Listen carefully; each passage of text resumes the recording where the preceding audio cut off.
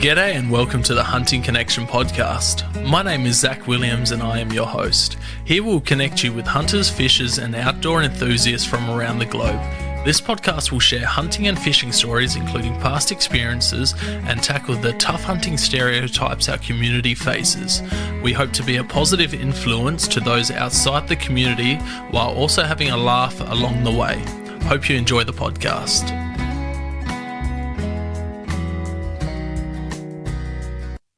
G'day and welcome to another episode of Hunting Connection Podcast. On today's episode, I got Daniel Pedler, Peds_66 off of Instagram. How you going? Yeah, good. Thanks, mate. Thanks for having me. It's good. Yeah, welcome. It's first time meeting. We've spoken for a good year and a half, maybe 2 years now. Yeah, probably 2 years. Yeah. So, probably since I got back from my would have been before New Zealand. I reckon we started talking. Yeah, it would have been. Yeah. Got chatting after my New Zealand trip, and we'll get into that later, but tell us where you're from. So born and bred Narrackwell in the southeast. Moved down to Adelaide probably 5 years ago now. And yeah.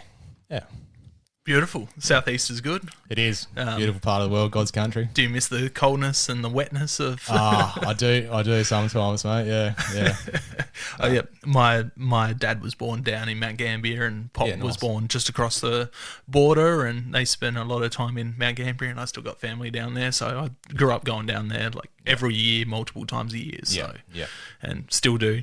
We got a family trip booked down to Mount Gambier in October, so go stay at the caravan park, and beautiful. It looks like they're going to have cod in the lakes down there in Valley Lake. I've seen Asher from Wreckfish put up that they're putting so many 3-4 kilo cod in. Oh wow, that's a great idea. Every so much from their sign ups for Wreckfish, they're going to keep topping it up and fill those Valley Lakes with cod, which will be freaking wicked for down there. Brilliant.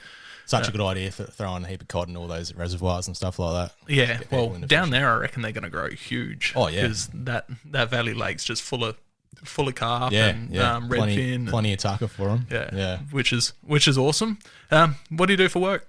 So I'm in civil construction. Yeah, beautiful. A lot of pipeline and operating machinery and stuff like that. So yeah, nice. Yeah. I'm surprised I haven't ran into you on site. Yeah. Deliver to a lot of civil sites all around the state. So yeah, nice. It's I run into people all the time. They'll be like, "Oh, are you Zach?" I'm like, "Yeah, who are you?" And then get chatting. What's your Instagram handle? Oh man, I'll be driving the truck around and I have the windows down, podcast going, and someone will yell out Aussie Arrow or Catman or something. It's happened more than once. Yeah. Nathan, who I went over to Snake Island with, who joined me over there.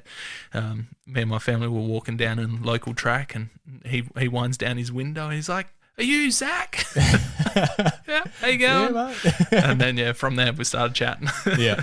That's crazy. Adelaide's small place. It certainly is. Yeah. How'd you get into hunting and fishing in the outdoors? Probably started off hunting really at a young age. Your mum's family have a property down just out of Mount Gambier towards Cassidy. Yeah, beautiful. And started off as a young fella just spotlighting and doing a bit of rabbit trapping and stuff down there. So nice. It was good, yeah. And then probably as I got older, back in Narrackwell, met a few blokes at high school and that, and they were right into it. So yeah, sort of progressed from there. There's a few mad dudes down that way that shoot a lot of deer, and they just go full nut. For sure, yeah. I remember we were into the rabbits and the foxes, and eventually into the deer. Just because my mate he runs dogs for foxes and that. Yep. And so we're just really just out there culling to feed his dog crew really. Yeah, beautiful. And then he sort of got into stalking and that. I remember going out with him one day and in the rut, heard me first fallow croak, and that was it. After that, I was pretty keen on it after that. So yeah. Crazy sound, especially for those guys that, like we're discussing beforehand, Brad, he came on his first hunt pretty much to New South Wales, and that as soon as we pulled up there, he heard fallow croaking, seen fallow on the hill, then we heard the red roar, then we seen reds. So for him, within 10 minutes of his first hunt, he's heard fallow croaking and reds roaring. Sensory overload. He's just did not know what to do. It's crazy. Yeah. So what was your first deer? First deer was a fallow, would have been, yeah. Yeah, beautiful. Yeah. And you've taken a few fallow and a few fallow, around home and that. Yeah. a couple reds. That's Couple of reds, yeah. yeah, beautiful. Yeah. How good's that? And then what started your like? You shot a few deer here, and then what started making you look overseas? And I just wanted to do something really cool for my 30th. Yeah. Turning 30 later this year. And I was thinking, oh, geez, like, what should I do? Like, I wouldn't mind going up on the Chiddle in Queensland. Like, sort of had a bit of a look around, and I seen what you did, and I was like, geez, that's pretty appealing, and that looks pretty tough. Like, I sort of wanted a challenge, didn't want to go, do something easy. And, so got in contact with you, and, I put you on to Jurgen, who I went out with, and, since then he started guiding in the States and wanting to get into more guiding in New Zealand. So you were pretty much, we were mates. He took me and a couple other guys out as mates, and you're pretty much his first client in New Zealand, I think. Pretty well, yeah. He told me I'm his best client, so probably his first client, but yeah, I'm his best client so far. So I'm lucky I'm not a client. I wonder if that includes me too. No, I did ask him. I said, surely he's actually best client. He's like, nah, it doesn't count. Well, that's good. At least it doesn't count. But yeah, so I put you on to Jurgen just after my 30th trip, because that's what I went over there for, my 30th. And, it was pretty last minute thing that I hunted with Jurgen when I went over there, because the original guy that I went through, he bailed on me last minute, and then another mate put me onto Jurgen. So it was just one of those spontaneous hunts, and it worked out really well. Made some wicked connections. Jurgen's just a incredible dude. He is, yeah. If you haven't listened to the podcast with Jurgen on it, go back and I think I did 2 with Jurgen. Yeah, I'm pretty sure you did 2. One while we were there and one when we got back. So go listen to them and get an idea of who Jurgen is and what a top fella he is. Special dude. Special dude. So I put you onto him, and you started organising that about a year and a half. Yeah, probably a year and a half ago. Yeah. Slowly accumulated all the gear and stuff you need to tackle those Southern Alps, and a bit of pack training and stuff in there, and the date soon rolled around and we're heading off. Yeah. So what type of gear did you need to get yourself prepared?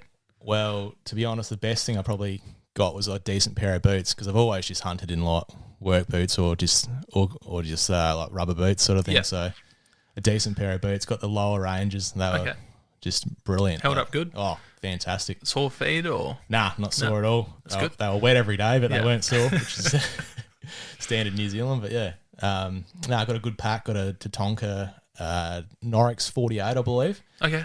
A little on the smaller side, but it held up beautifully. So how'd you go with packing everything into it? Because I had the Bison 75 plus 10, and I struggled to get everything in pretty well. So I was at absolute capacity. Did you have stuff hanging on the outside or underneath? A little bit on the outside, not too much, but I'll probably, if I was to do it again, or which I will one day, but I'd probably go just slightly bigger with the pack. I think you don't want to get caught going too big, because all of a sudden you've got a 30 kilo pack on your back, and it gets pretty difficult, I think. Yeah, the weight packs up quick. You got boots, pack. What else did you get specifically for the trip? Good set of thermals, which is a must. Yep. And a good down sleeping bag as well. So yeah. What'd you go for a sleeping bag? It's a Domex, I believe, minus 10. Yeah. And it didn't have a drama with that. Yeah. I remember one night, we were quite cold, and I've rugged up pretty heavily, and thinking, Jesus, this is going to be a bit of a nasty night, and then woke up at 1 a.m. just cooking. So I had to take the thermals off. But it's a great bit of gear. What tent did you have for that? An MSR, I believe. Okay. Yeah. Good. It's a Kiwi brand. Yep. Oh, it's good. But we did. MSR, I don't think it's actually Kiwi. I think that's an American, because they do the MSR stoves and everything else. They have a bunch of different stuff. But quality gear. Good fun. Yes, we're only in the tent for 2 nights. The rest we're in bivs and huts, which are really cool. Yeah, cool experience. How crazy are the huts over there? Mate, they don't realise how lucky they are. And they're all free. Just brilliant, absolutely brilliant. Oh, talking to Jurgen while I was over there and explaining like the differences between Australia and there, and like he's like, really, like just blown away. Yeah, And then you know, just like small things, like when I was over there with Jurgen, like he's just like, oh yeah, I don't really eat rabbit. And then you know we shot a few rabbits and I cooked some up for him, and he goes, I'm eating rabbit from now on. This is fucking wicked. And same with Tahr. He never went much on Tahr, and that's something that I've heard from a lot of Kiwi guys is they just don't enjoy Tahr, but cook some up for him, and he's like, oh, I'm eating Tahr every time I go out now. We took the back steaks out of the two nannies I shot, and they were great. Yeah, it's its own taste, like it's a unique taste, but I quite enjoyed it, which is good. So. Did you find it kind of taste like I the only thing I could equate it to was like, you know, when you get like Mongolian beef from a Chinese joint, like just the texture and that's kind of that's what I could a similar texture for sure. Yeah, but the taste was it was its own taste, I sort of think. So it was lovely though. Yeah, it's weird that you hear a lot of Kiwis and you see on the pages they don't take the Tahr meat, which just blows me away. It would be a staple for me if we had it here. Like it was, to me, it was incredible, but you know, it was new experiences. Like, but when I was in Mexico, I found javelina, like skunk pigs, really good to eat too. Where everyone that I've spoke to, they're like, they're horrible to eat. I'm like, really? They're fucking fantastic for me. Like, it must be how people are cooking them. Well, that's it. It's one of those things. You probably can eat anything really. It's just how you prepare it at the end of the day. Like, a lot of spice, a lot of salt. Yeah. You know, anyone that listens to the podcast know that I put salt on friggin' everything. Jurgen was surprised that I, you know, had a full thing of salt with me and pepper and a bunch of different spices. How good. So yeah, you got a bunch of gear. You mentioned you started pack training. How'd it go for you? Do you reckon the pack training helped you, or was it a fucking struggle like it was for me the whole time? The pack training definitely helped. So I was just going up Mount Lofty a fair bit, and also through like the Onkaparinga hills and stuff. So it definitely helped. But like I said to Jurgen while I was over there, there's nothing that you can really do in where we are in Adelaide that can prepare you for those hills over there, because they are next level, next level. Yeah, it's that and the atmosphere as well. Like it just hits you completely different. Yeah, I just found myself out of breath, and by the time you kind of accumulate to the altitude, you're leaving. Like, you just start getting good. You start and feeling then you go, good, and that you start hitting the hills pretty hard. And you're like, I'm getting all right at this, and then you're going home. Yeah. What'd you think of the terrain over there? Oh, the terrain. Jeez, it was just next level. It was next level. It was brilliant though. It was. I wanted to do something that was challenging, and I definitely did that. So, yeah. That's wicked. But, going out with Jurgen, like I messaged you just as you were hitting the hills, and I don't think you got it till the first time you were out in Signal. Yes. Was I said, just a heads up, Jurgen's a mountain goat. Like, yes. And you're like, yep, I could agree with that. We were actually heading back into town just to resupply after, I think, 4 days in the hills, and I got that message, and I actually laughed out loud when I read it. I was like, yeah, Zach actually said this about you. And he's like, yep. I could not keep up with him. Nah, he's 20 metres in front constantly. And that's all Kiwis, man. Like, they're all built like that. But it's funny, though, like he didn't look like he was exerting himself or anything. He's just cruising. And I was sweating and I'm just charging, trying to keep up with him, and nowhere near it. Was there any gear that you got for the trip that you kind of regret getting and taking? Well, I didn't get it specifically for the trip, but like my Crocs. Okay. I think that was a waste of time. Yep. Didn't use them? I tried to, but everything was wet. Like, you know, you're wet all day from your boots and doing creek crossings and stuff like that, and you get back and you try and change into something that's, you know, not going to be too wet, and you throw the Crocs on, but your grasses are wet, so you pretty soon got wet and cold feet anyway. So I don't know. The Crocs weren't really much chop for me, and I didn't use also my hiking poles. I thought I was going to use them, but I don't know. I just didn't really use them in the end. So I found I got one when I was over there, and I only really used it once. We were heading out when I had a full pack. Yeah. But then Jurgen ended up taking. I was too slow, so Jurgen ended up taking my the Tahr head and cape, and he just chucked it on his, which are extremely heavy for people that don't know. Tahr capes and heads, my God, they're extraordinarily heavy. They're just an insane animal. Like they're like you we'll get into it later, but you shot a bull and a couple of nannies, Yeah, and that's just right, the size difference between them is crazy. Insane. Like yeah. how crazy big are the bulls? Like you don't expect them to be that big until you Unbelievable. lay your hands on them. Yeah. No, it's crazy, the size difference and just also how they move through that country. Like I was saying at Jurgen, like it's like they got suction caps on. Like they don't stumble or slip or anything. Like, and they're on just cliff faces cruising around. It's unbelievable. Well, they definitely do stumble and slip because you do find them dead at the bottom of some of Yeah, those righto. crevices. So stuff happens and they go down. Nature's brutal. Yeah, okay. So it does get the best of them. It does happen, yeah. Well, the ones I was seeing though, they were stuck to the sides. But yeah, obviously it does happen. Yeah. So trekking poles and Crocs, which that might, maybe if it wasn't so wet over there, we had pretty dry days apart from the snowstorm we had. Yeah. And all those boys had Crocs, and I just had what did I have? I think I had thongs or something. But those boys were wearing Crocs and socks, so it wasn't too bad for them. And then they'd wear it after they did a creek crossing in between creeks and stuff like that. Yeah, so where I just walked straight through the water with my boots. That's what we were doing.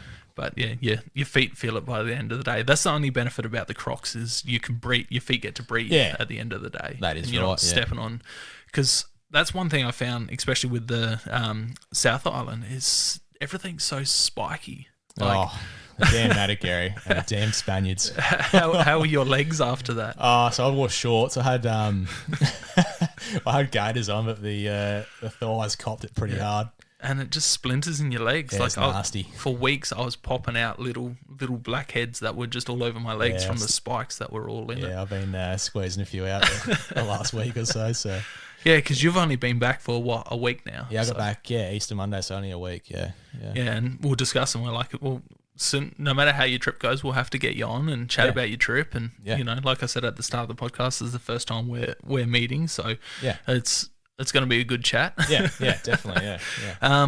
So yeah, you started getting gear prepared. Was there stuff that Jurgen suggested for you to get, or how were you like picking your gear, stove and stuff like that? Yeah, so I already had a little stove, which was good. Yep. I had that for a while.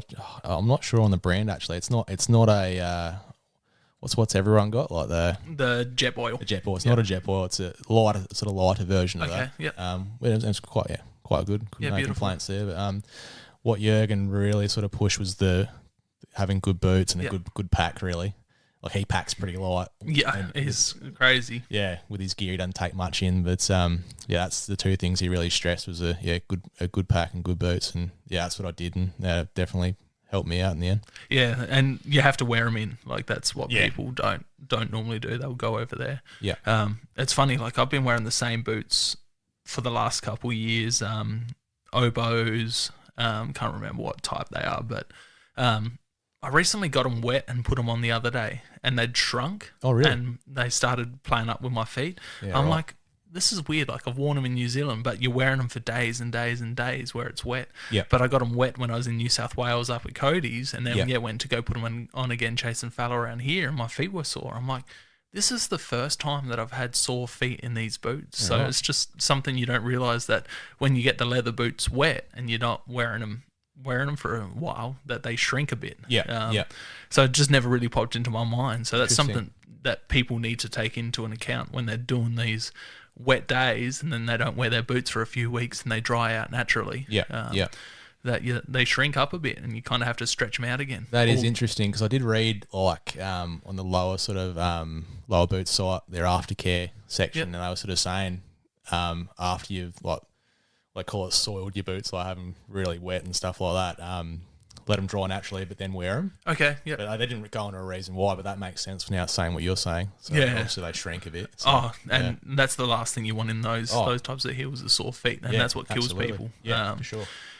Yes, the terrain's crazy, and but yeah, if your feet aren't working through those heels, you got big dramas. It's crazy. Yeah. So yeah, you got all your gear ready, and then you had to sort out firearm, because you flew with a firearm, and this is something that I haven't done yet. But a lot of podcasts don't cover this, so it would be something to get in. Yeah. Good to get into. Yeah. How'd you go about it, and what was the process? So you got to start off probably 4 months before your trip. Yep. The first thing you got to do, I've got my paperwork down here, so I'll just quickly run through it.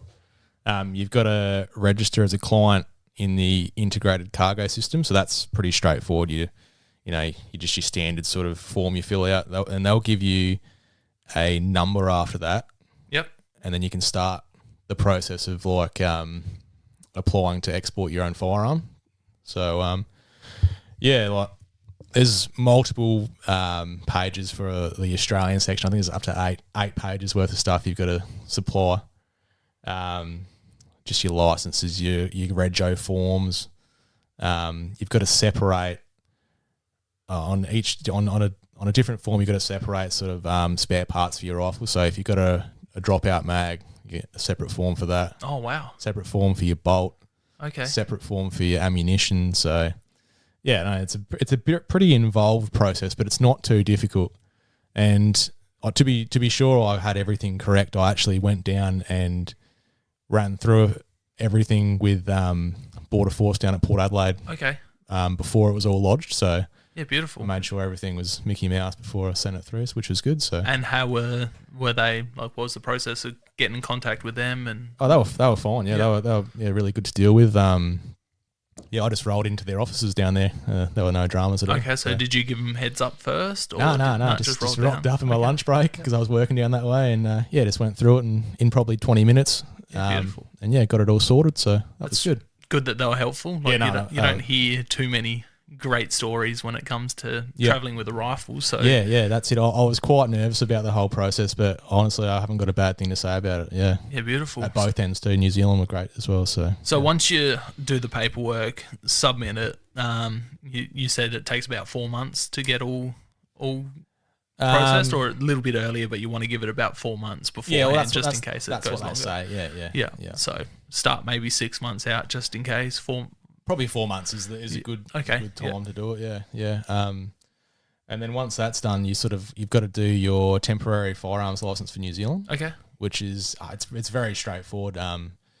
All they really need to know is your storage and stuff over there, and have an address or a contact number or something like that. So whoever you're hunting with. Yeah. So I was able to use Jurgens, which was fine. Yep. But obviously, if someone's going with a guide, they'll be able to use the guide or whatever outfitter they're going with. But also I have heard you can use the hunting and fishing stores if you're doing a solo trip. Okay. So yeah, cool. I think they've got a bit of a deal. As long as you buy something in their shop, they're happy to take your firearm and store it for a fee, or if you need that, if you're doing other things over there. So yeah, cool. That's good. Yeah. So you had to kind of fill paperwork out for the ammunition. Was it hand loads, or did it have to be factory loads? So that's actually a good question. I believe they have to be factory. I could be wrong there, but I'm under the impression that they have to be factory rounds. Yeah, I've heard things. That's why I kind of asked the question, hoping you'd know. I took factory rounds, so I didn't have to worry about the other side of it. But that was all pretty straightforward with the factory rounds. Just supply the. And how do you have to travel with them? Is there any storage requirements for the ammunition? So the ammunition has to be just in its own separate box, locked. Yeah. Obviously separate from the firearm, and the firearm's got its own box as well. So And does the firearm have to be locked? Does it have to be a lockable case there? Case. I just bought just a lockable hard case online. And beautiful. Yeah. Did you put any extra foam in it? Change foam up in it to make it? No. They come with it was a good case. I can't remember the brand. Sorry, but it come with all the foam, the pop-out squares and stuff. Okay, so sweet. She was a Rigid setup, which is good. That's good. Yeah, I've seen guys flying within Australia just using gun bags. Like, I wouldn't be keen on doing that. That blow, like, as soon as I seen that, I'm just like, I would not risk it. It's just, it seems crazy. Yeah. Yes, it might be better in the long run for, price of taking it, you can cut some weight with a gun bag. But overall, if something happens, you'd be spewing. Like, come back from Texas and Mexico, my bow went AWOL. Yeah. Like, we come back into Sydney and nowhere to be found. And so that would have been on oversized luggage, I guess, your bow? Yeah, oversized luggage. And it just never showed up. And they had no clue. And I was pretty ropeable at the time. I was not happy. And that wasn't Sydney. I think it was Melbourne. Yeah. And then I had knives in my suitcase, and Yep. I ended up getting dragged off the plane for having knives in my suitcase, which was not carry-on. Oh, Like, it right. was, and again, ropeable. So my bow's been missing. I get dragged off of a plane for having knives in my suitcase, which I told them about. Yeah, yeah, Which, I've never had an issue since. yeah, yeah. But I always make sure to tell people absolutely. now. And Then they realised it was their fuck up, and they put me on the next flight. yeah, right. But I was It's not a happy circus, eh? chappy. Jeez. And, it just gave me a bad taste. Yeah. Especially with Melbourne. Yeah. Every time I'm going through Melbourne. Yeah, yeah. Like, I'm like, this is how it is, and tell them. Like, I have heard a few horror stories with people going through Melbourne and stuff. Yeah. but yeah, when I flew over to New Zealand, both times, it's just like the guys on the other end were freaking wicked. Like, they were happy, they were friendly. They hunted, they wanted to know, what hunting you were doing, where you're going, and Yeah. like, oh yeah, enjoy. Like, was that your experience? Yeah, I was landing? exactly the same landing in New Zealand, just greeted by this big Maori policeman, and he was asking me all these questions. Where are you going, bro? I told him down at Canterbury Way, and he's like, oh yeah, you're going for the Tahr? And I'm like, yeah. He's like, oh, big hills out that way, bro. I'm like, yeah. Yeah, mate, thanks, I'm nervous enough already. What was it like going through? Did you go straight from Adelaide, or did you? I went Adelaide, Auckland, Okay. Christchurch, yeah. Yeah. Yeah. And what was the process going through Adelaide with the firearm? Like, what did you have to do when you got to the airport? So you had to get a hold of Border Force straight away. Yep. So just went to the information desk and I said, oh, where's Border Force located? Probably should have done that before, but that's okay. They pointed me in the right direction, and Border Force come out and they just escorted me to check in. Yep. They took me aside and checked my serial numbers, make sure everything matched up with the paperwork. Happy days. And then, escorted me to the oversized baggage and sent her away. Okay, so they seemed pretty good with it all. They were good, yeah. Yep. They just asked a few questions and had a good chat there. They were fine, yeah. Yeah, beautiful. And then same on the other side when you got to NZ. Other side of that, they were even better, yeah, because they were sort of into hunting by the sounds of things. So That's wicked. Yeah. What's how long did it kind of take extra to go through when you went through the airport? So Adelaide was actually brilliant because they pushed me to the front of the line. Okay, beautiful. Which was nice. New Zealand, you're just like everyone else. Like which I thought was a bit, probably bizarre, really, because you're rolling through an airport with a firearm, but you're just with everyone else. Yeah. Like they cops weren't near you, or there's no border force or anything. Where you're getting escorted through Adelaide. I was just getting escorted through Adelaide. Like, they were tailing me hard. I was like, you almost feel like you're doing something wrong, but they weren't. They treated me fine. But New Zealand was just very, very relaxed. Yeah. That's wicked. And then how long did it take on the New Zealand end? Because when I've heard that people get stuck up with New Zealand police when they get over there, and it takes sometimes a couple of hours. Oh no, so that was I was straight to the New Zealand police desk when I got to Auckland. It was, and they were out and checked the numbers. Yeah, beautiful. Good. Quick chat and away I went. And then nothing on the Christchurch nothing side. on the Christchurch side Because it was domestic. Yes, which that's is right. sweet. Yeah, that's awesome to hear. Yeah. And no other issues flying. Didn't lose anything there or back. No. And coming back, same sort of process. Coming back, checked everything in at Auckland. Yep. Checked everything in at Christchurch, and then did the same thing, just the other way. Went to Auckland, but my bags went straight through, so that was all easy. So. And how'd you go with New Zealand Border Force, Australia Border Force coming in? Yeah, they were fine. Did they go through your boots, and did you make sure everything was washed? I made sure I had a day to clean everything before I came back. Went through everything meticulously and cleaned everything perfectly, and I get back and I was, sort of declare everything just to be safe. And they've opened my suitcase up, had one look at it, gone, oh, it looks really good, mate. Yep, no worries. Away you go. Okay, yeah, sweet. That was it. So yeah. Yeah. See, with Jurgen, we went to a car wash. Yeah. And I just kind of, hung everything up. Hung the tent up on the mat bit and just nailed it. Pressure washed it off, and same with the boots. That's a good idea, actually. Yeah. But my boots were still a bit damp coming through. Oh, mate, so my boots were soaked. I think they've only dried out in the last few days, to be honest. Unbelievable. But yeah, they just chucked it in the the quarantine wash for a bit. Yeah. But yeah, coming back from New Zealand with the bow, they wanted to go through everything. And I had a little bit of a drama with one of the Australian Border Force coming through, but it's like she's like telling me one thing. I'm like, no, it's not that at all. And she was getting quite stroppy, and she ended up getting someone else come through, and he's like, pretty much like, you're an idiot, shush, go away, you're fine, go. Yeah. Like, why are you holding this guy up for this? Like, this is nothing. And then, he washed I showed you the tar sheath that I found. He just washed that and put it in a separate bag, and I was all good. But it depends who you get when you're coming through. And that's what I'm thinking too. I think I just must have got quite lucky because I had a very good experience. It's like even traveling up to Cody's last year with Ilias. So Ilias had a funny story. He took his work bag through check-in, and he goes through the security, and they pull him up. He had a butter knife in his bag that just must have fell down a crack or something. And they're like, why are you smuggling a knife through the airport? And he was like, I swear it's not my fault. But we booked our flights, and I've never had an issue with like taking the bow case and a backpack. Like, it's always been like, however many bags under so many kilos, and I've always made sure of that. So going over there, I had no issues with that.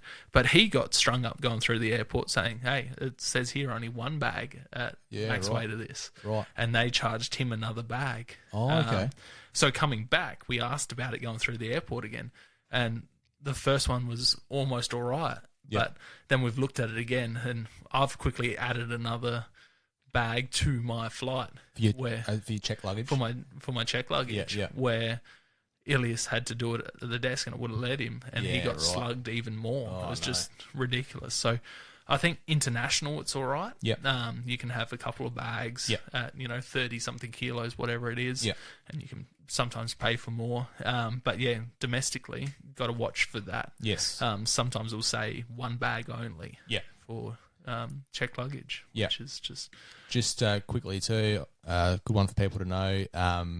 Because your firearm has to have its own locked case, but by law, you don't actually have to purchase an extra checked bag. Okay. So that's all. Oh, cool. Yeah, that's good to know. So, So you flew to New Zealand. You landed there, sorted out all the firearm stuff. What time of day did you get in there? I got to Christchurch about 10:30 p.m. at night. Okay. And it was a bit of a shock to the system because I left Adelaide, it was 34 degrees. Yeah. I've landed in Christchurch and it's 10 degrees at night time. So, it's a bit of a...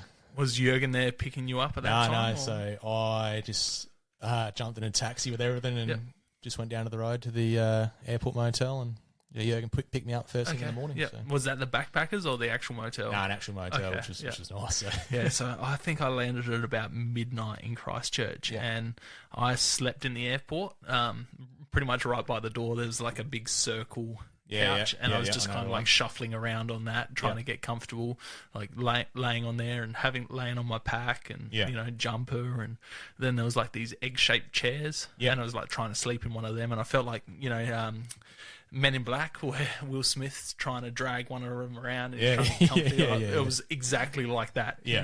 Trying to sleep in one of them until Jürgen come and picked me up with the Americans that morning. So, and then on the way back, there's a backpackers there, walking distance from the airport. So I ended up sleeping there until just before my flight.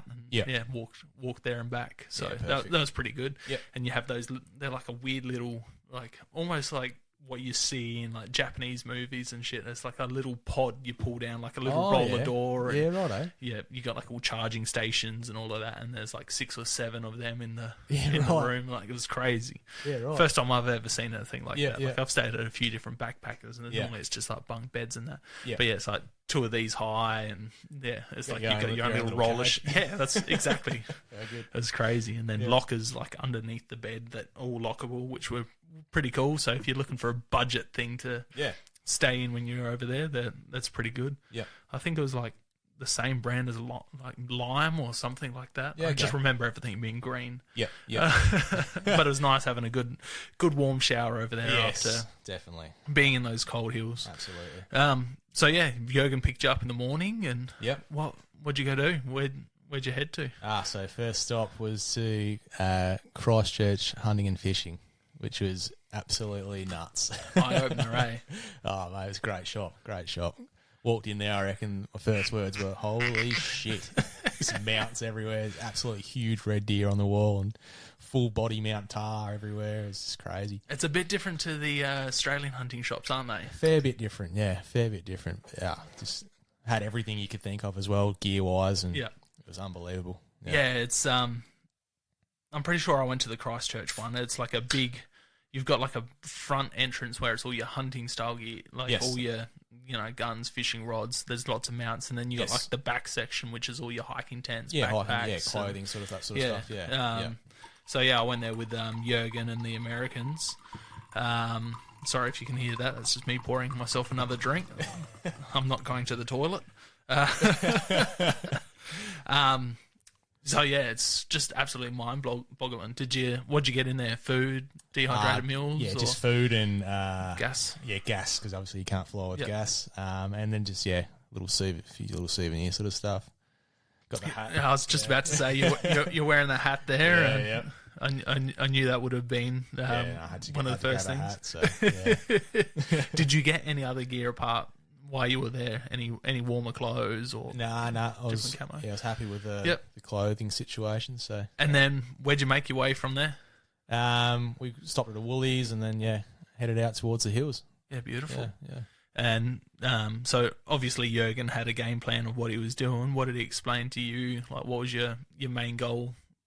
The first bit, was it just to get any Tahr down? Was it to get camp meat? Was it to look for a ball? Was it? Probably initially it was to get a few nannies on the ground. More so for meat, but also management policy, because there's a heck of a lot of them out there. So there is. It's a good idea to knock a few nannies over if you're going over there. And did you camp from the car the first night? What were you camping? Did you? So we 4x4 down the Havelock River Valley. Yep. Out Canterbury way, and I made our way to a hut the first night. Yeah, beautiful. So you could drive to the hut. Yeah.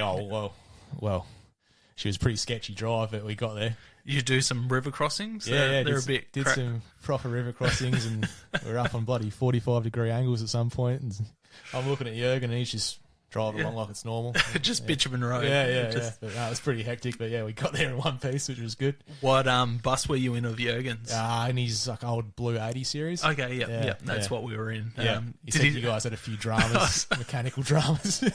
I was about to say, did he tell you about the frozen fuel line? Yes, and getting stuck there at night. There was 4 of us slept in the car, the car that night, and we're all trying to, using deodorant and all sorts of stuff to try and get it going, and we ended up getting it going the next morning without, having to get people out there. But it was going to be like $1,300 for someone to get out there. And, wow. Jurgen already got slogged that with the Americans. They got bogged, and they had to get someone to come pull them out. Just nuts. But that's one thing. If you're taking a hire car out there, if anyone's keen on doing it, don't get stuck, because the farmers will slug you to get towed out. So yeah, and you're better off jumping on Facebook and jumping on some of those hunting pages. For sure. You could get someone a bit cheaper out if something like that goes, but definitely go with someone that knows the absolutely the country. And there's some serious washouts in there, and if you're not sure what you're doing, you get yourself in trouble pretty quickly. 100%. And just driving down those creeks, like those riverbeds, is just absolutely nuts. The size of the rocks and the boulders and stuff that are down there is just insane. Nothing like we have here. No, absolutely nothing like what we're doing out here. What was the first bit of game you seen while you're out there? Was it before you stopped, or? Well, on the way out, it was on private land, so we were just flicking the binos up every now and then as we were driving out there, and we actually spotted a nice, or really, really nice fallow buck. He was holding a few does, just croaking his head off. We've seen him he's probably like 800 metres out, but geez, it was a pretty nice sight. Pulled up and watched him for a bit. That was cool. And what'd you think of Jurgen's eyes? He can spot the game, can't he? Jeez. Well, he's seen it without binos. And I'm like, oh, yes. Like, you sort of see a couple of dots out there. He's like, I reckon it's a fallow. Buck. He looks all right. I'm like, can't really see. Well, I can see this dots. guy's cooked. Yeah. With the binos, I'm like, shit, it's an absolute ripping buck. Yeah. But yeah, I've seen a couple of those, Those what they called Arapama rams as well. Oh, did you? Yeah, Killer. on the private. That was really cool. Yeah. I thought they were Tahr initially. I was like, oh, shoot, some Tahr up there. And he's like, no, they're the Arapamas. Arapama. So that was cool to see them. That's killer. I didn't get to see them over there, so that's killer. Yeah. I remember that first spot we camped on the creek bed from the car. We glassed up 5 or 6 bull Tahr just on private. Yep. And then it was like looking over, then there was a bunch of red hinds. Yep. And then behind us there was fallow. Yeah. It was just crazy to see. Special place. Yeah. Oh, it's insane. It's just the game-rich environment Yes, it is. absolutely. Yeah. Like, being here, southeast, you're a bit lucky. You get to see multiple species of deer. But when you're hunting in the hills, it's like you're only going to see fallow on this property. You're only going to see goats on this property. You're only going to see this on that, Yeah. Where over there, it's just like, oh, there's a Tahr. Yeah. Oh, there could be a chamois. Yeah. There's this, there's Absolutely. that. It's Yeah. just insane. That's That's the same hunting super over lucky. in New South Wales. It's like fallow there, reds there. Yeah. It's just like Yeah. pigs over there, which I didn't get to see, but We're still actually not sure if they're there or not, are we? no. Because Cody keeps sending me photos, but I think it's just all Photoshop and AI produced, Yeah. Yeah, I reckon you're right, mate. But yeah, so you spotted some fallow. You drove up to the hut. What time did you roll into the hut? I rolled on the hut probably like 4:30, 5 a.m. Yeah, had enough time just to unpack and have just check sight with the rifle. Yep. And that was Mickey Mouse, which I was quite nervous about because they've been bashed through 3 airports. So Yep. I took 40 rounds just in case we had to sort of fart around with it and beautiful. re-sight. But that was, put 1 round through it and it was just perfect at 100 metres. So Yeah, beautiful. was nice. Did you have a shot with the suppressor with No, Jürgen suppressor? no, I actually should have done that. He had it with him, but yeah, I didn't actually think to. But yeah, Oh, spewing. yeah, damn it. Did he have the 270 with him? He had the That's what he 270 and his bow. Yeah, beautiful. Didn't get it out, but yeah, he did have it with him. And he had the dog as well, I see. He had Kim, cruising around. She's a great dog. So. What'd you find that? Like, just, Kim having her own little backpack? And... Yeah, she carries her own. She carries her food and her like blankets and stuff like that. It was pretty cool. Yeah, see, I didn't get to meet her. And, he left her back at home because Yeah. we had the Americans as well, Yeah, and me yeah. in there is just not enough space. But Yeah, I just thought the idea of having a dog carrying all its own stuff and helps him carry some gear as well, and just having that companion in that back country because for sure. it's a big place and Yes. you get bloody lonely by yourself. Oh, definitely. And he spends a lot of time in those hills by himself. Yeah, he was actually going hunting. I probably think he was having a day off and then going Tahr hunting by himself after he finished up with me. That's crazy. Loves it. So, you got in quite early. Yeah, got everything sorted. What was your first hunt? What'd you go do? We just sort of shot up the valley just adjacent to the hut and had a bit of a look around. Did some glassing. It was actually raining at the time, so we didn't actually see anything that first night. But it was good to sort of get a gauge of what everything was going to be like, and that was cool to have a good look around. And you had a fire in the hut. We had a fire in the hut that night, which was good. We had to dry off pretty nicely. Did he bring any venison or anything for camp meat? Or No venison on the menu. See, I rocked up. We had venison, rabbit. We had all sorts. Had a full good. freaking. Good. Just stir him up. Yeah. No, the American boys shot the deer, so nice, we had some nice red steaks, and they went and shot a bunch of rabbits. So I made some Kentucky fried rabbit. Yeah, beautiful. Brought some of the seasoning while we were in town, and cooked that up for the boys, and made all the popcorn rabbit, and they all loved it. Yeah. So next morning. Woke up, cooking brekkie, and then we just hear this red stag just start bellowing. Oh, and killer. we're like, oh, crikey. And Jürgen's pretty like nonchalant. He's just pretty casual. He's like, you want to go have a look? And I'm like, yeah, mate. Off we trotted and shot across the little creek there, and we bashed through some matagary, and Jürgen just starts roaring through his little caller, and about a minute or so, we get a response, and then this stag comes up over this little bowl onto this ridge, and he's just looking at us, and he looked like an absolute thumper just like initially, and had beautiful shape and length and that, and I've got the binos up. He was only a 9-pointer in the end, but it was still really cool to Was that one that you posted a photo of? Yeah, And you said it was quite young still? Yeah. I put a little story, just a video of him roaring on my Instagram, which is really cool. So that's killer. So pretty much the first game you seen while you were hunting was that red stag. Was that red stag? That's wicked. Yeah, and we watched him probably for a good 5-10 minutes, and he was holding a few hinds. It was really cool. That's wicked. Yeah, so good. Yeah, so good. And decided not to shoot him too. Just yeah. The longer he sat there, the more I sort of thought, geez, I might shoot him. he was a big. He had nice size for his age. So yeah, killer. He'll end up getting shot there because he wasn't too intelligent. Yeah, he might not be with us anymore. He should have shot at his feet, made him a bit smarter. Yeah. could have turned into something pretty cool if he's around long enough. That one. And then where did it go from there? Yeah. So after that, we've gone back to the hut and packed up, and we've got back in the 4x4 and pushed further up the valley to the next spot, and we've driven as far as we could, and we've hiked. We've gone to hike into this little biv, so it's just a 2-man hut. Yep. It's a 5K hike up in there for the full pack, so that was good fun. And how long did that take you? Because 5Ks doesn't sound like much on flat ground, but probably took 3 hours, I reckon. Yeah. It was a slow hike because we did find some nannies along the way. Cool. Yeah. And took them, which was cool. So you shot them on the way to we shot one on the way. I actually missed my first one, which is...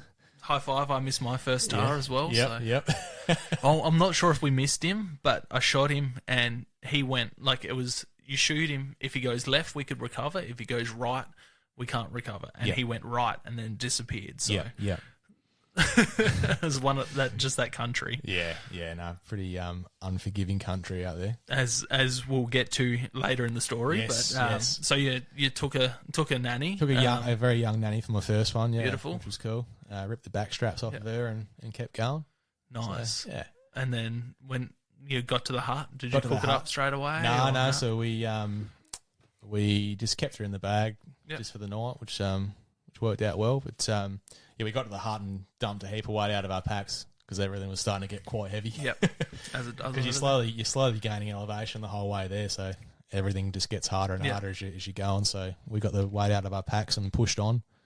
And then that afternoon I took an older nanny, which Jurgen aged at about 9 or 10 years old, which was cool. So. He likes putting guys on those older nannies. Yeah. No, it was really cool to see like the growth rings and stuff because I hadn't really hunted like goats and stuff or horned animals before, so it was something different for me. It was cool to learn about that. So. Yeah, they're even different. I can't remember how old. I think one of the Americans, Liam. I think the nanny he took. I think that was like 14 or something, just 14, 15 years old, just some old. Yeah, Jurgen did tell me that, and he was saying that's like as old as they get. Yeah, it's the oldest one that he'd seen. So, yeah. Which it was, he was blown away. He's like, that's more of a trophy than the bull. Yeah. So we took the skull off of her, and that's getting whitened and cleaned to the taxidermist. So. Didn't take the young? No, I didn't take that one. No, he was pretty. She was pretty banged up because she come down crashing off a cliff. So busted up the head on it pretty badly. Spewing. Yeah. Get some photos? Or? Yeah, got some cool photos. Cool. So and he's pretty good with the camera, old Jurgen. So super talented with the camera. we'll get to the camera issue too later on. Yeah, that comes into the sketchy terrain. So. Yes. Yeah, you got into there, and that was what, day 2 or day 3? That was So pretty well all of day 2. Yep. Yeah, getting in there, then dumping weight and just hunting up the valley for the afternoon. You're taking that older nanny and then getting back. Yeah. And you went back to the car after taking that older nanny? No, we went back to the biv. Yep. We had enough sort of stuff with us to sort of stay out there 3 or 4 days. Okay. So, yeah. And not much else happened out there, or not that afternoon. Yep. No. Yep. We seen plenty of game. We did spot later on that evening 2 good mature bulls up high. Yeah, awesome. So but we were losing light by that time, and we didn't have time to cut the gap on them and get a shot, so we left them for the following morning. So then what happened that following morning? So the following morning, we sort of hatched a bit of a plan. It's like, right, we're got to get up above them. Yep, is what Jurgen was saying. We're going to get up above them, and we'll try and glass and find them, and then get a shot up top. Anyway, so we've started making this climb. It started off all right, you know, cruising along, and then all of a sudden it's just getting steeper and steeper and gnarlier and gnarlier, and Jurgen's just going up it like it's nothing. I'm battling away, and I've got to a couple of points where I'm just looking up at him, I'm like, hey, just give me a quick hand, mate. And he's come down and just pulled me up this sketchy section. So that was good fun. But as we were like ascending, like the clag or the fog was rolling in, and we were thinking, oh geez, I hope it doesn't get like worse. Anyway, we're getting up higher and higher. We ended up like gaining 800 meters elevation. Yeah, wow. We're up high, and by the time we get to the tops, this clag has just rolled in something fierce, and we got like probably 20 meters visibility. So shocking. We've sat up there. We've tried to glass down where they are. Nah, can't see. So we've done that for about an hour or so, and Jurgen's like, right, we're going to have to try and drop in on them and hope, like, as we're getting down on them, hope we're just going to get a shot on them. Yeah. Anyway, we're pushing down this scree, and we can hear them. We can hear, like, rocks moving and, like, just stuff happening, and Jurgen's looked at me, he's like, right, something's going to happen here, like, just get ready. Anyway, we've cruised along a bit further, and then this mature bull has just, like, burst out of this tussocks, and he was an absolute, like, beast of a bull too. And as this has happened, like, we've both sort of just gone, oh, crikey. And Jurgen's, like, going ass up, like, falling hard, like, on his back, and I'm just going, shit, you right, mate? And, like, swung around with a rifle, but this bull, he's gone. He's just completely gone. And so to help Jurgen up, and, yeah, we've gone, oh, geez, and that's that. So, because I was sort of saying, like, will they stop and look back like deer? And he's like, nah, they just keep going. Yeah. Anyway, so we've pushed down the hill and dusted ourselves off, and thought, oh, we'll keep hunting up this valley for the rest of the day and see how we go. We kept hunting and saw bugger all for the rest of the day. Got to a point where we were like, all right, we've got to turn back and head back for the biv for the night, and we're heading back, and we're about 500 metres from the hut, and Jurgen's just seen this bull, this mature bull. He's just skyline right next to this waterfall. And I think, oh, geez, he's all right. I looked at the time, and it's starting to, the sun's starting to beat us, like it's starting to get a little bit dark. We're like, nah, we've got to give this a go. He's about 450 out. It's like, right, I've got to close the gap a little bit. Yeah. We've gone up this scree, and it's good too, because with that fog still around a little bit, and it's sort of helped conceal us as we've made our approach. And we've got up to about 300 metres, and I was able to set up for a shot. I had to compose myself for a bit because the heart was just charging. I know the feeling. Yeah. Anyway, I've waited till he's nice on broadside and just squeezed off around from the 300, and just seeing the impact on the shoulder, stoked. Wicked. Yeah, seeing him just rear up. Oh, I've nailed him. He's done. Anyway, I was sort of hoping he'd just fall to the left and slide down the scree, but he's fallen to the right and just gone off this sheer cliff into the waterfall, and we're just like, oh boy, shit. And I'm thinking, oh, there's no way I'm getting up there. Like that's a death trap. And I had a bit of a chat, and Jurgen's like, yeah, it's pretty dangerous. Like he's like, I'll give the climb a crack. Like, it should be right. And I'm just like, oh god, like it's getting dark. Like, There's a mountain goat. Yeah. Anyway, off he's gone. Like he's just charging up this bloody crazy ass scree and up this cliff face. And he's got up in there. Then I've lost. He's sort of, because where I was positioned, I couldn't see him. Yeah. I've lost sight of him for like half an hour. It's getting dark and shit. I'm like, fucking hell, what do I do here? It's like, a weird feeling. Isn't it? Yeah. Like, at what point do I get worried? Yeah. So when I was with him, I shot the nanny, and him and the two Americans, they decided to go further up a waterfall and up a real rocky gully. I'm like, that's a bit too sketchy for me. Like, I'm quite content just hunting here. And they're like, we'll pack up camp, we'll go up there and we'll see what we can get onto. I'm like, all right, I'll hang around here with a bow and with the little 410 shotgun. And we had no communication. So it was like 24, 25 hours, no communication with them. And it was the same thing. I was in camp, and it's just like, do I start getting worried now? They said they'd be back by this time-ish, you know, like, it's a weird feeling. It is a strange feeling. But, that 30 minutes sort of passed, and I thought, oh, God, it's getting dark. And then here he appears over the sort of the cliff face, and he's got the bull's cape just draped over his shoulders. I was like, you fucking ripper. He's got it done, the big fella. And he's come sliding down. And he's got to the bottom, and he's like, we shook hands and we're pretty stoked. And he's like, dude, you wouldn't believe it though. He's like, I've lost my camera, my $3,000 camera. I was like, oh, you're kidding. So he was spewing. He was happy for me, but he was spewing. I could tell. But yeah, he did say though up there, he's like got some unbelievable footage of where the bull had fallen into the water. Like, okay, he was just like tucked up under a few rocks and this beautiful like bull Tahr. He's got like a full like panoramic video of it, and he reckons it's some of the best footage he's ever taken. And then it's gone. Lost forever. Fuck. Yeah. Hopefully someone finds it at the bottom of, a creek washes up somewhere and someone finds it and posts it on Facebook. Yeah. That'd be a killer story. That'd be unbelievable, yeah. So, that was, a pretty unreal experience. And, we just made our way back to camp. Pretty cold and wet, but, pretty damn stoked at the same time, so...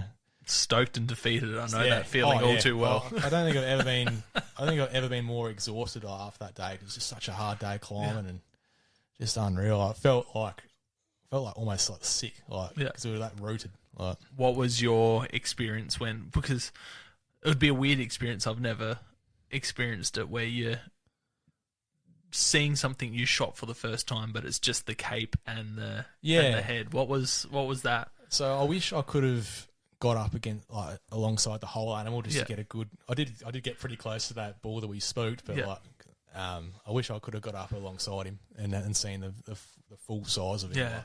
But it was still really cool just to see the cape and the horns and that. It was bloody cool. Yeah. And what did he end up measuring, and what did Jürgen age the bull at? So I think he aged him. He was about. I think he was 6 or 7, I believe. Okay. Yep. 6 or 7, and he was just under the 11-inch mark. Okay, beautiful. So I think mine was about similar as well. Yeah, from memory. So they're a cool animal. That's for sure. Unbelievable animal. But obviously not the biggest bull Tahr ever shot, but it was just the killer first one. Yeah. Good story. Yeah, and it's just it's a nut story, and we worked so damn hard for him. So it sounds like you've seen way more animals than I did while I was out there. From memory, we've seen those bulls on the private. We've seen tons of nannies and ewes, and then we got snowed out. We left, and then went to another spot and didn't see a single Tahr. And the first Tahr we seen was on the last hunt of the last morning, and that was the bull that I shot. Yeah, and I think that was from memory, it was 400-meter shot with his 270. You did say that. It's a fucking big long shot. Jeez. It was the furthest I've ever shot. Like maybe 200 meters is what I've shot, and it was just so did you just hold over on the scope? Or? Yeah, kind of. I just had a bit of a guess and instincts just took in, and that's brilliant. It was just behind the back rib and come out the front of the shoulder, and it was just beautiful shot. Just sacked him. Yeah, good man. And Jürgen was blown away. He's like, that's pretty good shooting. He did say the shot Zach took to take his ball was a damn good shot. He did say that, yeah. I don't know how I did it. It was just, I don't claim to be a good shooter. I'm not a good shooter at all. I've got the worst technique, worst breathing. I'm a shocker for punching a trigger with a bow and with a rifle. I'm not a good shot by any chance, but something took over that. I think when you want something bad enough, you just make it happen, don't you? Well, it was funny. Like, it was the first animal that I spotted before Jürgen. Jürgen didn't spot it, and we're walking up the gully, and I'm like, I think there's something about that dark rock up there that's just not sitting right with me. Let's put binos on it, and sure enough, it was the bull Tahr. And as soon as he, we laid my pack down and laid his pack down and shot off for the two packs high, and it was just don't know what happened, but it's fucking just good feeling. Especially when you just what people don't understand, especially if they've only hunted Australia, like here you've got pretty solid ground. Everything's like you've got mud and rocks and like hard dirt. Yeah. But over there you don't have the dirt. No, it's just rocks and grass and the Madagascar and the Spaniards and just that's it. You step on one rock and you slide your ankle down into a little hole and then you step in something spiky and something stabbing your shin. Yeah, and that's your car. That's right, because in Australia, primarily shoot off of a bipod. Yeah, and there's not you can do it over there, but it's a bit difficult. So yeah, shooting off the packs was really good. Yeah. Yeah. And then being where the southeast, it's flat down there. It's flat country. Yeah, yeah. So it would have been just a crazy experience. Yeah, for sure. So yeah, you shot your Tahr. You got some cool photos. Even if it's just the head and the cape, you got some cool photos, which was wicked. I was stoked when you sent through the photos. I was over the moon for you. Thanks, mate. Which was just awesome to see that it all played out for you. Yeah, it worked out beautifully. And that was within the first 4 days, and you were there for just over a week, weren't you? I was there for we had 6 days of hunting. Yeah, beautiful. So you went back to the Heart. Went back to the Biv that night and had a mad cook up. Yeah, fueled up again because we were just both knackered, and had a good sleep that night and packed it all out in the morning. So beautiful. Back to the 4x4. So. Yep. Yeah. And then what was the plans after that? You said something about going look for chamois. Yeah. So how'd that all go? So we just went into town quickly, resupplied, and shot off to a different spot to go chase some chamois. Yep. Unfortunately the chamois hunting wasn't very conducive. Okay. It just wasn't much around. Did you see any chamois at all? Didn't lay eyes on any chamois. Yeah, crazy. Glassed hard, and we actually the day we were up there, because we lost a day sort of changing over. Yeah. The day we hunted, we covered 20 Ks on the tops. Fuck. Like we went hard, and didn't lay eyes on any game. Oh, sorry, we only seen 2 red hinds, and that was it. Yeah. Nuts. See, I had 2 mates over there similar time, and they were chasing. They would have been maybe there a week or so, but they flew into where they were. And one of them took a really, really nice ball with a bow. A chamois ball or nice. buck or whatever you want to call it. Yeah. Really nice one with the bow. Yeah, sweet. Aaron Whitaker, I'm not sure if you've seen his stuff. I've heard of him. Yeah. He's down Port Augusta way. He shot a really nice buck. And then, my mate Luke, was his first trip. He put in a few stalks on a bunch of chamois and seen heaps. And sick. That's awesome. It's just crazy. It's crazy how you can get into the different places, like the whole helicopter. Did you see many helicopters while you're out? Seen a few choppers cruising around. Yeah, that was really cool. It's crazy that you can just book one and takes you go to the top. anywhere you want. Yeah, and Jurgen's like they'll take you to your Biv or wherever. Like they'll take you anywhere you want to go, which is pretty insane, really. Yeah. What else was eye opening? Did you go over to get to see the statue, the Tahr statue? No, we didn't. We didn't get down that far south, I believe. Oh, spewing. Because I asked him about that. I think is that down at Twizel? Is that right? Yeah. No, I didn't get down there, but because I knew you got down there. I was pretty keen to see that, but we didn't venture that far down south. Yeah, that's where we met the Danish hunters. Oh, okay. Mads and I've had a complete mind blank.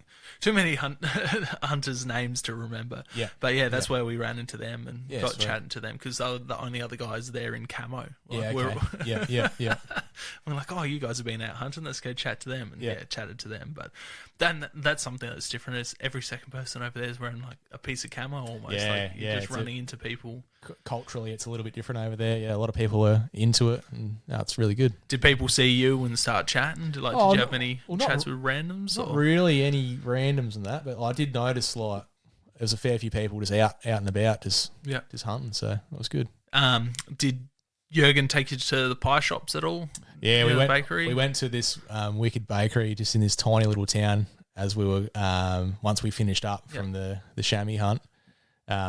Was there a Tahr mount right next to it? No. So it must be a different one. Yeah. What'd you think of New Zealand pies compared to Australian pies? Top notch. Brilliant. Yeah. Better, you reckon? I think he was really saying they're better, but I think they're probably as good. Yeah. But fantastic, especially after spending bloody 6 days in the hills. Oh, dude, the food was crazy. Yeah. We went to some restaurant. We stayed in a backpackers and went and ate in some restaurant and ate some venison. But the food was fucking fantastic. It was, but even better coming off of the mountain, Yeah, for sure. We were in the backpackers and we ended up cooking a bunch of Tahr and some venison for an American backpacker. Yeah, and right. We just sat in the kitchen and we were talking hunting and cooking up venison and Tahr in the kitchen, which was pretty cool. Yeah.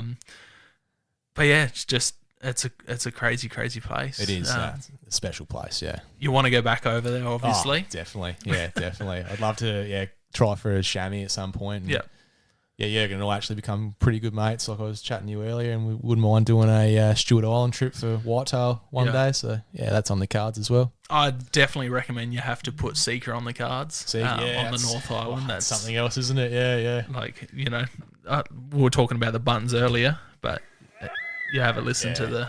Insane, eh? That's what I recorded while I was over there. Yeah. That was just one nuts. hee-hawing. Just going absolute nuts while we're there.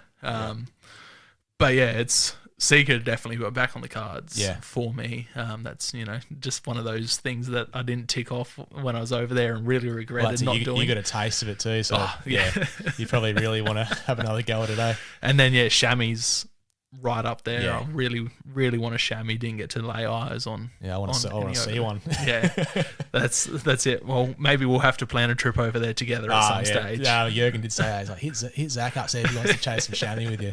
I know that we need to get Jürgen down here and go chase some samba with him. I know he's really keen on he was samba. talking about the high country and stuff, and something I don't have much experience in, but yeah. Neither do I, man. Like I've only been shown bare minimal. You know, I'm still pretty fresh when it comes to samba. Yeah. I've been fortunate enough that each samba trip I've taken a deer, but that's not me. That's the people that I'm with that know the country. So that's what it's all about, though, isn't it? You know, Callum both times for the hinds last year, and years ago that samba stack I took under light on private property. So. Oh, sweet. Definitely, I'm heading back there September, which should be good. Good's you that? know, trying to find a stag again, Wicked. find something that's a bit bigger than my hoggy stag.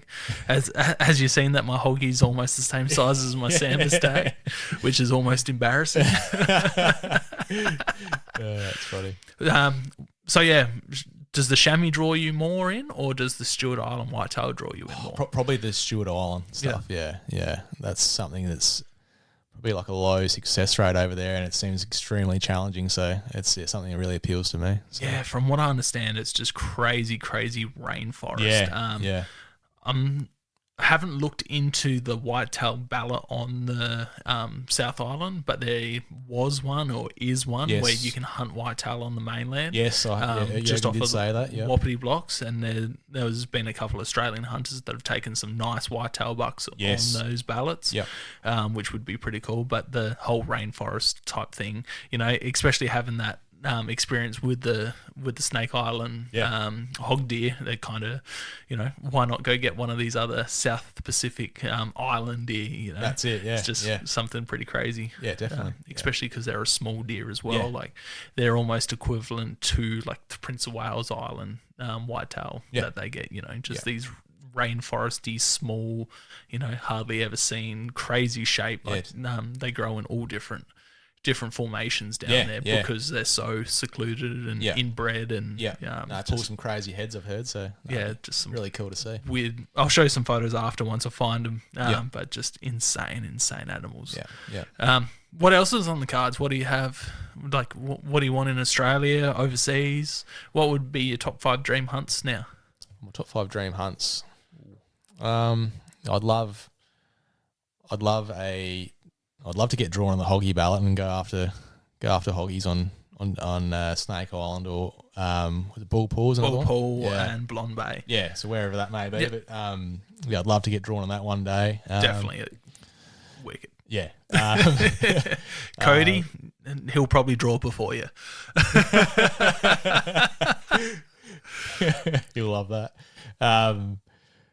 Samba, of course. I'd love to get onto a Samba one day. Yeah. Doesn't have to be a stag, just any Samba. I'd love to see one, really. Yeah, cool. That's probably it for Australia, really. Like, I'd love to. What I would really love to do is an ibex one day in Tajikistan. Yeah, like one of the stands. Yeah. That would be insane. Yeah, I've had a bit of a look at that, and that's something that's really appealing. So. There's a few guys that we can put you in contact with that have some good contacts for that. They do a lot of the guiding. Ben Solaris, I have seen he has a bit of an outfitting business. So he's a good fella to chat to for all that. He knows, he's been over there. He's done it all with a bow, so he's the man to chat to. Yeah, and I was talking to Jürgen about like black bears as well. In the States, that'd be pretty damn cool. And he would have had some cool American stories that I didn't get to hear. Unreal stories. He's living the life, that bloke. Yeah. He's just living the absolute dream. Yeah. He's the coolest person to chat to. Like, you know, he'd only had the one American experience, and that was the guiding school where he met Liam and Aiden. Yeah. And then since then he's done two trips Two, I believe. Yeah. 2 guiding seasons to Colorado, I think. That's right. Yeah. And yeah, just the footage and the photos he posts, and you know, like full freaking, you know, just out in the mountains for days and days. Anyone wants weeks. to see some cool videos and photos and that, give him a follow. Strata Media. He does some unreal stuff. Yeah, he's definitely got an eye for it, and the fact that he hunts with a camera by himself, self-films everything. Yeah. You know, goes out with the dog as well. Like the dog carries all its own gear. And it's just so cool. Nah, it's unreal. He's set up pretty good. Like it's just New Zealand. Like, doesn't it make you kind of upset going over there and hearing how he grew up just exploring all of these public lands and we're not having that here. We don't have that here at all. Yeah. Like, you've got Victoria, you got New South Wales. It's kind of, you know, Victoria, you could kind of get away with it, but it's nothing like New Zealand. No, nothing like just New Zealand. The traveling he does and the work. Like, I'm not sure if you got. Is he still doing like the trapping? Yeah, and he stuff does his like possum that? trapping. Yeah. It's just he goes to some pretty sketchy places doing that as well. Yeah. The fact that, you know, that's a career over there. Yeah, like, how cool is that? Yeah, you know, you've got pigging and that over here, like the guys that shoot pigs, but you know, the guys over there, they live off the land, they learn the land. Like, they've got, it's weird, and I've said it on the podcast before, and I know it doesn't, you know, it upsets some people, but New Zealanders seem to be more connected to the land and the game way more than Australian hunters are. Yeah. Like, how many Australian hunters do you go out with that they don't even know the tree that they're sitting under? Oh, yeah. Where Jurgen goes, that's that tree, that's this tree, that's that bush. You know, you can eat these little red snowberries. Yes. Like, I'm not sure if you had. He went through all that with me. We ate some berries. That was really cool. Yeah. You know, we've got some stuff like that here in Australia, but they just seem to know the land a lot better than really we do. Well. Yeah, I agree with that. As most general hunters. Yeah. And I'm not sure if it's just the people that I've gone out with while I've been in New Zealand, or if it's just like a common thing in New Zealand. But, you know, I've had a few New Zealanders on, I've chatted to a few New Zealanders on Messenger, and they all seem to have that connection to the land much better than a lot of Australian hunters. Yeah, no, I'll definitely agree with that. Yeah.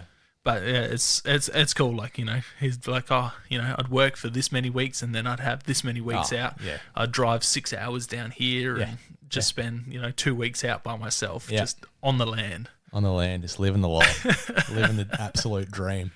And did you get to do any fishing over there, or? We did speak about it briefly, but we went pretty hard for the chamois in the end. But yeah, fishing is definitely something I'd love to give a crack over there as well. Yeah, because he wasn't much of a fisherman when I went down there, but he's right into his fly fishing now. Yeah. In the last 2 years, I've seen that he's getting onto a few trout. And he's loving that more and more. So I'm not sure if he's picked that up and why he's been in New Zealand, or if he's picked that up along the way going to America. Yeah, I have to have Jurgen back on. So Jurgen, if you're listening, we need to sort out another podcast and chat about your American adventures. Yes, absolutely. Hear your side of the story. No, plenty of cool stories for you for sure. You know, is there anything that you wish you would have taken on the trip? Like gear-wise? Yeah, gear-wise. Yeah, whoa. Yeah, probably, as I touched on earlier, just maybe a slightly bigger bag. Yep. Yeah. That was the only thing, because that was just absolutely loaded, the Tonka Norix 48 litre. What about food-wise? How'd you go there? Did you take enough food? Enough calorie? Yeah, I think I was pretty good for food. Just had the what do you call it? The dehydrated stuff. Yep. Tried every different brand. Okay. My opinion, the Go Native stuff was the best stuff. That was really good stuff. Any particular ones that you? Oh, the Go Native, the Ragu was top notch, absolutely top shelf. So. Jurgen have a lot of salami and cheese. Salami and cheese. He loves the salami and cheese. That's just New Zealanders, man. And that was good stuff. That was a good little top up, because he had so much of it. He's like, "Here, have a bit." every time I look across, he's bloody handing me a fistful of salami and cheese, which I wasn't mad about. No, it goes well. And and chatting to guys that do a lot of that backpacking stuff, they love taking that salami and hard cheese out with them because it lasts and it's so calorie dense as well. That's so it, yeah. It definitely does give you a bit of a top up. You know, it's nice having, like, I'm a lolly guy. I love having a handful of lollies out there. Yeah, I'm a lolly chocolate guy. I had plenty of chocolate with me. It was good. But, you know, having that boost from the salamis just hits you differently. Yeah, it does give you a bit of a kick up the arse, doesn't it? When you're a bit buggered. Yeah. And it's nice sitting down, you know, when we were out there, there's 4 of us would sit in a circle, slicing the salami, pass around, slice the cheese, pass it around, and you're sitting there talking something shit. about it, isn't there? Yeah. It was cool. You know, how more English can you get just sitting around in a circle having a picnic on the side of a hill? Yeah. So we're getting towards the end. You know, these are my last favourite questions, and you know, they all hit everyone a little bit different. Yep.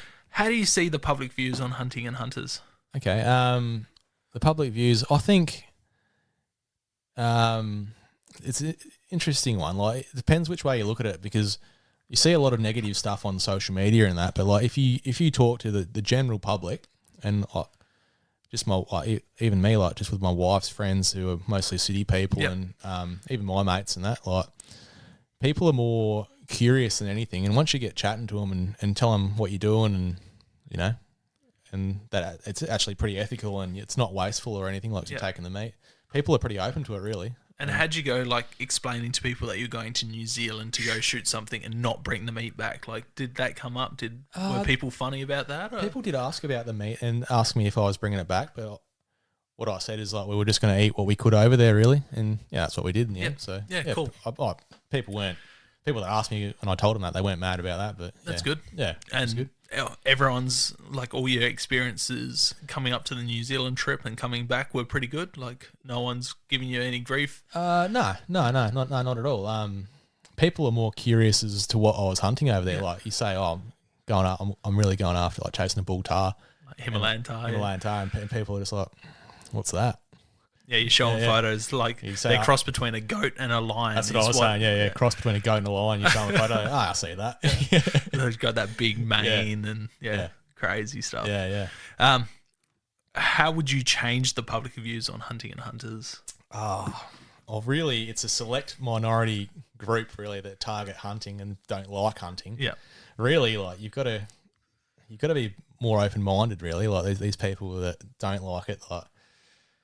And maybe even, like, they're not going to do it probably though, but, like, go out and experience it, and then you're going to see what it's all about then. Like, have you experienced, like, you know, say any of your wife's friends or work friends, they've been a little bit funny about it until you brought them in some venison or something? And like, do you give people venison and wild game? Yeah, I've gave a few people venison, like more so blokes I work with and that, and they're very, like, surprised with it and love it. Yeah.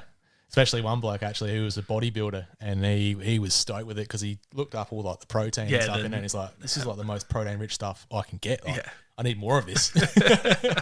And a lot of the real gym guys absolutely love venison and kangaroo and stuff like that. And venison's even more better than kangaroo from what I've heard. You know, I don't look at the macronutrients and all of that. All that stuff. Those guys seem to absolutely love it, which is good if you can share that around. Yeah. That's it. And, you know, like I've said it on the podcast many times that I bring so much venison to work. Yeah, do you cook ups and stuff? Give it away. I know my boss, he's a bit of a strange bloke. I can say that because I know he won't listen. They don't listen to to any modern technology, but they're in a religious group, so I'm pretty safe to say it. And if he does, g'day, how you going? But yeah, he actually asked for some the other day. I'm like, really? I'll get you some. So nice. See how he goes with that, because he's like, oh, can you get me some venison? I'm like, yeah, I bring it to work all the time. I give kilos of it, and he's like, where's mine? I'm like, well, you're never at this depot to get some, so all you have to do is ask, and I'll get you some. So see how he feels with that, because, you know, he enjoys hearing my hunting stories, and he finds it quite unique because it's not something that his religion does as much of. So that's good, mate. And finally, what is hunting to you? For me, it's a real good release because I don't particularly love living in the city, so it's great to get out and sort of clear the head and just relax a fair bit. So yeah, beautiful. Do you get mates into it, or you solo hunt quite a bit? Solo hunting quite a bit now. It's usually me and my brother would smash it pretty hard together, but he's moved away to Brisbane now, so it's just me on my own really. I'll do a little bit with mates back home in Narracourt, but not heaps. So yeah, beautiful. If people have enjoyed it and they want to see your photos and that, where can they reach out to you and say g'day and follow you? Yeah, just probably Instagram really. It's the only thing I put hunting photos on. So just peds_66 on Instagram. Yeah, beautiful. Yeah. Well, thank you for coming on. It's been absolutely a pleasure having you on. It's great to meet you in person, and it's great that you had success with Jürgen. It feels good putting you onto Jürgen and you being able to be successful and it all working out, because sometimes you try and hook people up and it never falls through, or something happens and plans change. So it's good that it all worked out for you, and I was fucking stoked, to say the least, that you got onto, what did you say, you shot 3 Tahr? Yeah, 3 Tahr. Probably seen over 50 Tahr probably. Fuck man, Unreal. That's Big crazy. Mobs. Yeah, I reckon we've probably seen maybe 15. Oh wow. And probably 10 of those we could shoot. Oh wow, yeah, right. Probably less than that. Yeah, it was probably and so first 2, 3, probably 5. We seen 5 Tahr that we could shoot. Oh wow, and I shot 2. Oh jeez, and shot it and missed 1. So yeah. So that's awesome that you got to see that. It's a game-rich place, Oh, it is. It is. You're either in the spot where they are or you're not. So. Yeah, and I experienced both ends of it, which was cool to see too. So and if you're keen on hunting New Zealand, hit up Jürgen. I'm not sure of his schedule, and I'm not sure what his guiding plans are, but hit up Jürgen, and that's Strider Media. Yeah, Strider Media, Instagram. Give him a follow. And just follow him. He posts some amazing content, and shit, if there's any rich listeners following and want to help Jürgen, go get him another camera. But no, check out all his work. It's incredible. And if you're looking for just a down to earth guy and wanting to do a public land hunt, hit him up. He's the top bloke, and I'm sure he'll look after you in any way he can. Yes, absolutely. Nah, easy as, man. Thank you very much for coming on. Cheers, Zach. Thank you. Thank you for joining us on another episode of Hunting Connection Podcast. We hope you've enjoyed our discussions and gained valuable insights into the world of hunting, fishing, and the outdoors.